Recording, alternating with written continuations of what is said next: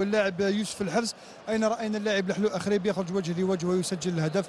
لذلك رأينا شبيبة بعدها عادت إلى منطقتها بعد شيء بعد الضغط الذي فرضه فريق المونستير.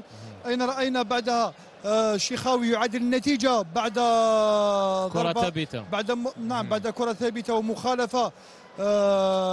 رأينا صعود الشيخاوي واللاعب عزوز ريان وحدهم. دفاع شبيبة يسأل لبلال المسعودي.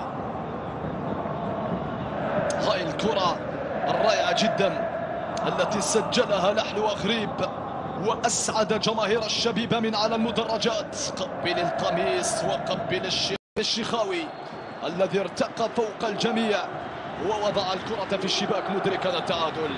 1-1 الآن. اسمع التشجيعات وردة فعل جمهور شبيبة القبائل.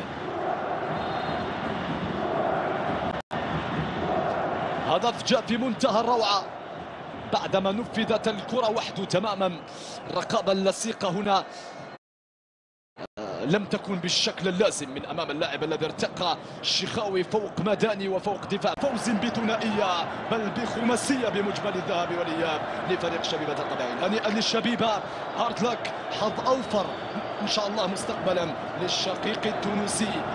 كانت ليله وامسيه تضاف الى ليالي الزعيم، الى ليالي شبيبه القبائل، الى ليالي الافراح الجزائريه بفوز بثنائيه بل بخماسيه بمجمل الذهاب والاياب لفريق شبيبة القبائل. هنيئا للشبيبة، هارد لك، حظ اوفر ان شاء الله مستقبلا للشقيق التونسي الذي لعب مباراة رائعة. الحديث على فريق الاتحاد الرياضي المونستير.